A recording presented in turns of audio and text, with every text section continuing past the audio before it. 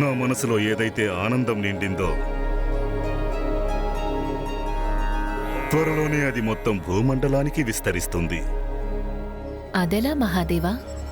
ఎందుకంటే మీ పరమ రహస్యమయమైన సోదరుడు మహావిష్ణువు మానవ రూపంలో జన్మించబోతున్నారు.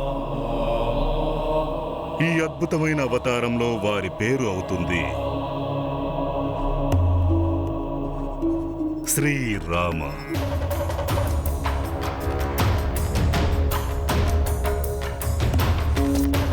వారు ఖచ్చితంగా నాకు సోదరులే.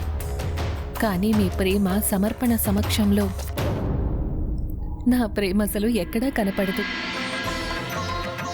ఋషులు సత్యమే పలికారు. శివాయ విష్ణు రూపాయ శివరూపాయ విష్ణవే శివస్థ హృదయం విష్ణు విష్ణుష్ట హృదయం శివం.